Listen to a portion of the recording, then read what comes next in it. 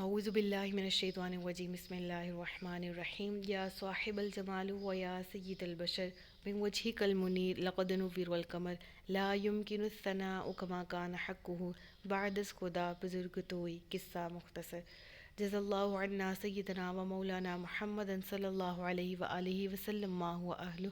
یا رب لک الحمد کما ینبغی لجلال وجہک وعظیم سلطانک رب اشرح لی صدری ویسر لی امری واحلل عقدۃ من لسانی یفقہوا قولی رب زدنی علما رب زدنی علما رب زدنی علما۔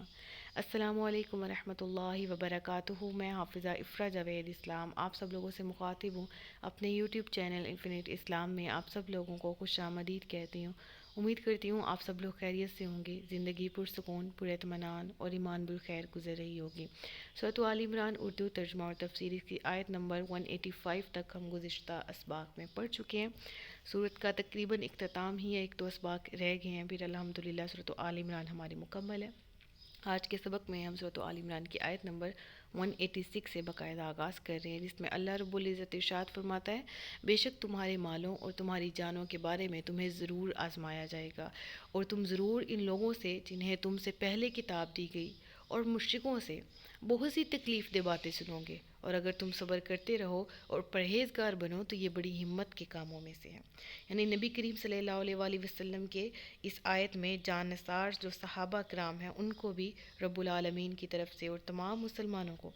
یہ اس دور کی بات اگر کی جائے تو صحابہ کرام، اور آج کل کے دور کی بات بھی کی جائے قرآن کریم کی اس آیت کو لے کے، تو تمام مسلمانوں کو اللہ تبارک و تعالیٰ کی طرف سے فرمایا جا رہا کیا کہ آزمائش ہر قدم پر ہوتی ہے، جہاں عشق ہو وہاں آزمایا جاتا ہے،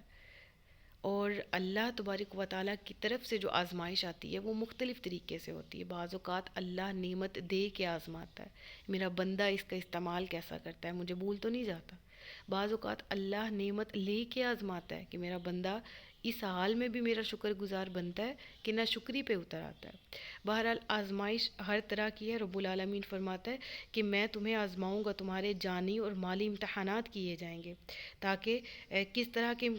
امتحانات، مالوں میں امتحان سے مراد زکوٰۃ، صدقات،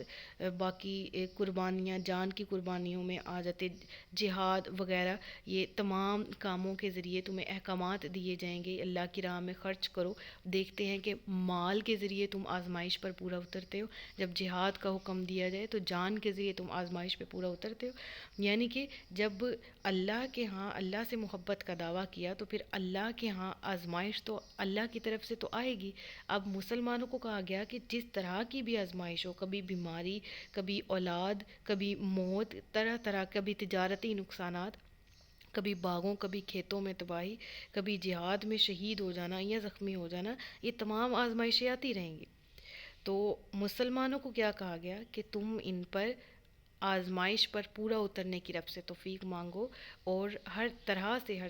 طریقے سے ثابت قدم رہنا۔ اور ہاں، جس طرح یہ اہل کتاب جو تم سے پہلے لوگ گزرے، اس سے مراد اس آیت میں اہل کتاب ہیں، یہودی اور عیسائی ہیں، اور مشرکین اور جو کفار تمہیں ایذا دیتے ہیں، تمہیں تکلیف دیتے ہیں، ان کی تکلیف دہ باتیں تم سنو گے، وہ تمہارے دین کا مذاق اڑائیں گے، تمہارے پیغمبر پر نعوذ باللہ جس طرح کے پچھلے پیغمبروں کو کہا کرتے تھے، جس طرح صحابہ کرام کو کہا گیا کہ یہ جس طرح جھٹلاتے ہیں، یہ نہیں مانتے نبی کریم صلی اللہ علیہ وآلہ وسلم کو، اور اس کے علاوہ یہ جس طرح بھی زبان درازی کرتے ہیں، حضرت عزیر رضی اللہ تعالیٰ عنہ کو خدا کا بیٹا کہتے ہیں، حضرت بی بی مریم کے بیٹے حضرت عیسیٰ علیہ السلام کو اللہ کا بیٹا کہتے ہیں، نعوذ باللہ، وغیرہ وغیرہ۔ تو تم ان موقعوں پر طیش میں نہ آ جانا، بلکہ صبر کیے رکھنا، تقوی اور پرہیزگاری کا دامن نہ چھوڑنا، تمہارے لیے بہت ہی بہتر ہے، کیونکہ تکلیف پر صبر کرنا، پہلی چوٹ پر صبر کرنا بہت بہادر لوگوں کا کام ہے، تقوی اور پرہیزگاری اختیار کرتے رہنا۔ ایک چیز کا یہاں پر خاص خیال رکھا جائے، وہ یہ کہ یہاں صبر سے مراد کفار پر سختی نہ کرنا، یا ان کی جو تکالیف ہیں ان پر صبر کیے رہنا، بدلہ نہ لینا، جہاد نہ کرنا، یہ مراد ہے نا اگر، تو اس سے یہ حکم منسوخ ہو چکا ہے، اور اس کی ناسخ آیات کون سی ہیں؟ آیات جہاد ہیں،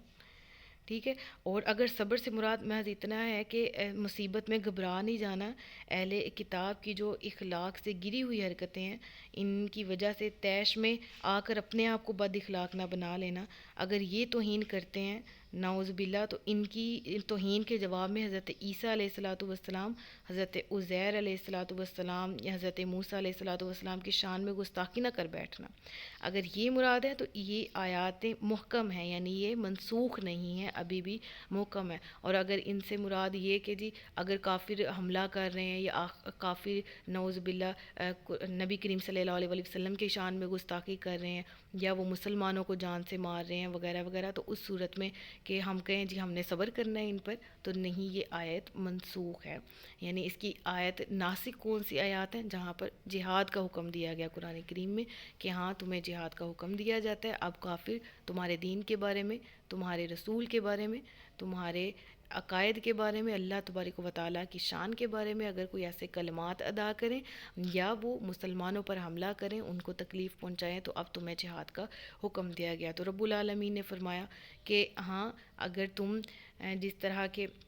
کفار ہیں ویسا نہ بننا، اخلاق کو اپنے ویسا نہ گرانا جیسے ان اہل کتاب نے اپنے اخلاق کو گرایا. مومن کا اخلاق کی اس کی پہچان ہوتا ہے، لہٰذا تم ان کو برداشت کرو صبر کے ساتھ، اور ان کے اوچھے ہتھ کنڈے ہیں ان کا جواب دو بہتر اخلاق کے ساتھ. اور ہاں اگر یہ تمہارے دین پر کوئی حملہ کرتے ہیں، تمہاری نبی کی عصمت پر، ناموس رسالت پر یا اللہ تبارک و تعالیٰ کی شان میں، تو اس کا پھر بھرپور جواب دینے کا حکم بھی قرآن کریم میں موجود ہے. آیت نمبر 187. اور یاد کرو جب اللہ نے ان لوگوں سے عہد لیا جنہیں کتاب دی گئی کہ تم ضرور اس کتاب کو لوگوں سے بیان کرنا اور اسے چھپانا نہیں، تو انہوں نے اس عہد کو اپنی پیٹھ پیچھے پھینک دیا اور ان کے بدلے تھوڑی سی قیمت حاصل کر لی. تو یہ کتنی ہی بری خریداری ہے. اس آیت میں علماء یہود کے بارے میں فرمایا گیا، وہ اہل کتاب جنہیں قرآن کریم کے آنے کی خبر دی گئی، پیشن گوئی کی گئی، جن میں پیشن گوئی کے الفاظ اگر میں واپس لے کے یہ الفاظ کا چناؤ بہتر کر سکوں کہ جس طرح ان کتاب میں بالکل واضح موجود تھا اور ان کو اس بات کا علم تھا کہ نبی کریم صلی اللہ علیہ وسلم آئیں گے، وہ برحق نبی ہیں، یہ تمام تر نشانیاں جو ان کی کتابوں میں تھیں انہوں کو بتایا گیا کہ اس کو چھپانا نہیں ہے، لوگوں کے سامنے بیان کرو. انہوں نے ان کو چھپایا. تھوڑی سی قیمت کیا لی کہ وہ جو یہودی علماء ہیں نا، ان کے پاس اس دور کے سردار آتے تھے اور کہتے تھے کہ اگر تم یہ والی آیتیں چھپا دو جس میں محمد صلی اللہ علیہ وسلم کی نعت کا ذکر ہے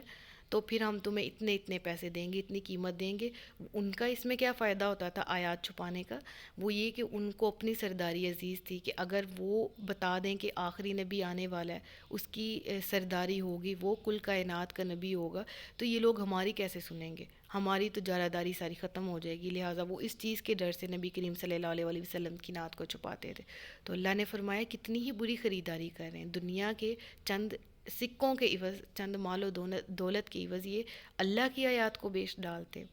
دور حاضر کی بات کی جائے تو اگر اس دور میں یہودی علماء تھے انہوں نے ایسا کیا، تو کیا آج قرآن کریم کے احکامات کو ہم پس پشت نہیں پھینک دیتے؟ کیا ہم قرآن کریم کی آیات کو نہیں، ہم واضح نہیں جھٹلاتے، لیکن ہم عمل کرنے کی باری ہے جب ہمارے سامنے سود آئے، رشوت آئے تو ہم اس کو جھپٹ کر کے پکڑتے ہیں. جب ہمارے سامنے گناہ کا موقع ہے ہم اس کو کیوں پکڑ لیتے ہیں؟ کیوں ہم قرآن کریم کی آیات کو پس پشت ڈال دیتے ہیں؟ کیا ہم اس حکم سے آ رہی ہیں؟ ہم بس پرانے لوگوں کے ساتھ اس آیت کو تشبیہ دے کے خود کو بری و ذمہ سمجھے؟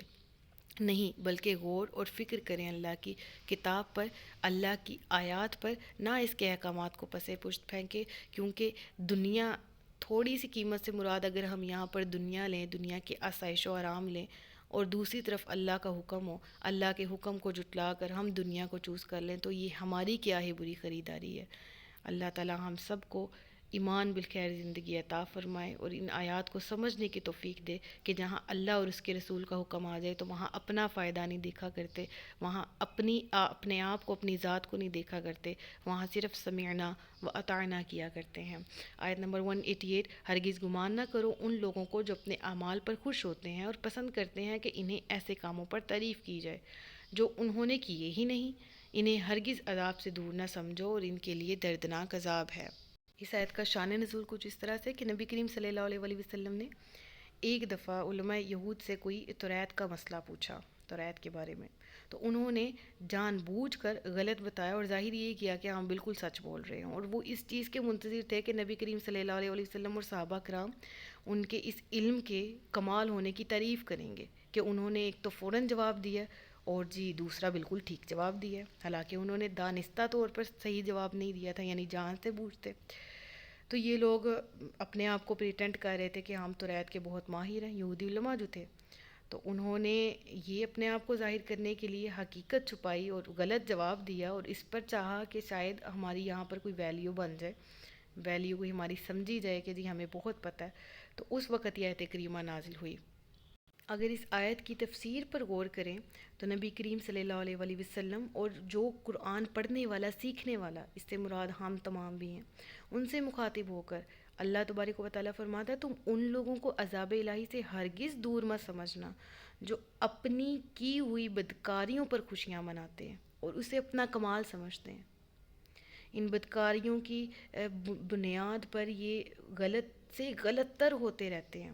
جس طرح ان یہودیوں نے کیا تھا، غلط مسائل بیان کر دیے تھے اور اس پر خوش ہو گئے تھے کہ شاید ہم نے مسلمانوں کو دھوکہ دے دیا، ہم مسلمانوں کو بیوقوف بنا رہے ہیں۔ اسی طرح آج کل کے دور میں بھی ہر طرح سے ہر ارد گرد دیکھا جائے تو وہ لوگ جو گناہ پر اکڑتے ہیں، جو گناہ کرتے ہیں اور سمجھتے اپنے آپ کو بہت زیادہ ہم جی ویل مینرڈ ہیں، یا ہم تو جس طرح لبرلزم کے نام پہ گناہ بہت سارے عام ہو چکے ہیں، جس طرح میرے ملک میں ابھی ریسنٹلی عورت مارچ گزرا، تو کس طرح سے لوگ ایک دوسرے کو ڈیفینڈ کر رہے ہوتے ہیں غلط برائی پر، غلط باتوں پر، غلط سلوگنز پر، غلط چیزوں کو آئیڈیالائز کرتے ہیں، مغربی معاشرے کو آئیڈیالائز کرتے ہیں اور اس پر سمجھتے ہیں ہم ٹھیک بھی ہیں۔ تو اے مسلمانوں، اے قرآن کے سیکھنے والوں، وہ لوگ جو برائی پر اپنے آپ کو ٹھیک سمجھیں اور اس پر وہ خوش بھی ہوں، تو تم انہیں کبھی بھی بلیسڈ پیپل مت سمجھنا، انہیں کبھی بھی کامیاب نہ سمجھنا۔ کہ جس طرح یہ تشبیہ ان کی کس سے جاتی ہے، وہ لوگ جو مسلمان ہی نہیں ہیں، جس طرح یہودیوں نے کیا کیا تھا، غلط مسائل بیان کیے، اس کے بعد ساتھ ہی ساتھ انہوں نے اپنے نہ کیے ہوئے کاموں پر، یعنی ایسے کام جو انہوں نے کیے ہی نہیں ہیں اچھے بہترین کام، ان پر سمجھے کہ ہمیں کریڈٹ دیا جائے، ہم تعریف چاہتے ہیں ان پر، ٹھیک ہے۔ جنگ میں جاتے ہیں تو پیٹھ دکھا کر، پیٹھ پھیر کر بھاگ آتے ہیں ڈر کے، اور پھر یعنی غازی نہیں ہے، جو غازی تو وہ جو جنگ لڑ کے بہادری اور جرت مندی کے ساتھ مقابلہ کفر کا کر کے آئے اور واپس زندہ آ جائے،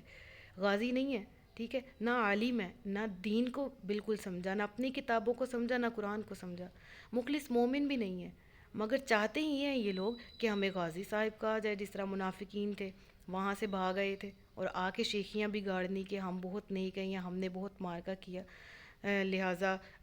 بعض لوگ ایسے جو ہمیں پریٹینڈ کرتے ہیں ہمیں نیک کہا جائے، ہمیں متقی کہا جائے، ہمیں پرہیزگار کہا جائے وغیرہ،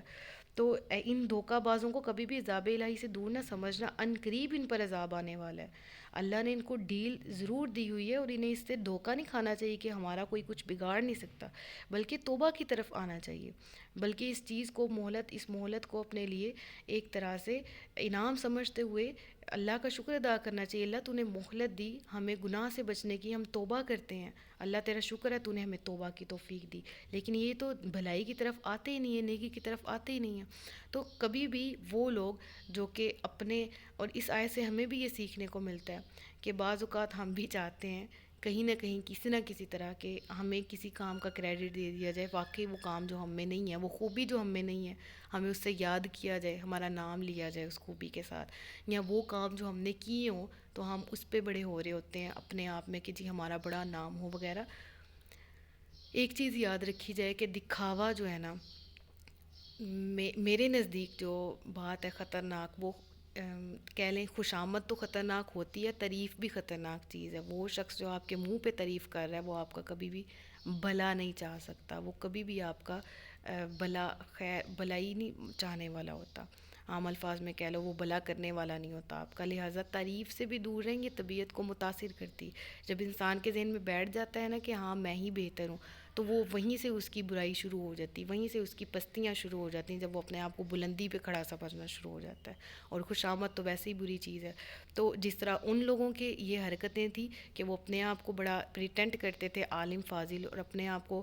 بڑا سمجھتے تھے، اور جانتے بوجھتے اللہ کی آیتوں پر جھوٹ باندھتے تھے، پھر رب العالمین نے فرمایا انہیں ہرگز عذاب سے دور نہ سمجھو، ان کے لیے دردناک عذاب ہے، استغفر اللہ۔ لہٰذا ہمیں ان سے تشبیہ بھی نہیں کرنی ہے اور ہمیں ان کی پیروکاری بھی نہیں کرنی ہے، ہمیں ان جیسا بننا بھی نہیں ہے، ہم امت محمدی ہیں، ہمارا لیول اور ہے، ہمارا درجہ اور ہے، ہماری خوش نصیبی ہے کہ ہم نبی کریم صلی اللہ علیہ وآلہ وسلم کی امت میں اور مسلمان ہیں۔ لہٰذا اپنے لیول کو جانتے ہوئے، اپنے درجے کو جانتے ہوئے، اپنی فضیلت کو جانتے ہوئے اس فضیلت کے معیار کے مطابق کام کریں، اور وہ فضیلت کا معیار تقویٰ ہے۔ اور اللہ ہی کے لیے آسمانوں اور زمین کی بادشاہی ہے، اور اللہ ہر چیز پر قادر ہے۔ بے شک سبحان اللہ، یہ آیت کتنی مٹھاس والی اور ٹھنڈک والی ہے نا، کہ اپنے سانس تک کے مالک ہم خود نہیں ہیں، دنیا کی کسی چیز کے مالک ہم خود نہیں ہیں، مالک مختار اللہ تبارک و تعالیٰ کا ہے، جو آسمانوں اور زمین اور ان کے درمیان جو کچھ بھی ہے تمام عالمین کا، تمام جہانوں کا مالک ہے، بادشاہ ہے، تمام کا بنانے والا ہے، تمام چیزوں کی بادشاہی اللہ تبارک و تعالیٰ کی، اللہ ہر چیز پر قادر ہے۔ اللہ تعالیٰ ہم سب پر اپنا رحم فرمائے، قرآن کریم کا علم نافع بالخیر عطا فرمائے۔ صدق اللہ العلی العظیم و صدق رسولہ النبی الکریم ونحن علی ذلک من الشاہدین والشاکرین وما علینا الا البلاغ المبین۔ سچ فرمایا اللہ نے جو عظمت والا ہے۔ مجھے دعاؤں میں یاد رکھیے گا، اپنا خیال رکھیے گا، اپنے سے زیادہ دوسروں کا۔ تاج دار ختم نبوت زندہ باد، پاکستان ہمیشہ زندہ باد۔ السلام علیکم ورحمۃ اللہ وبرکاتہ۔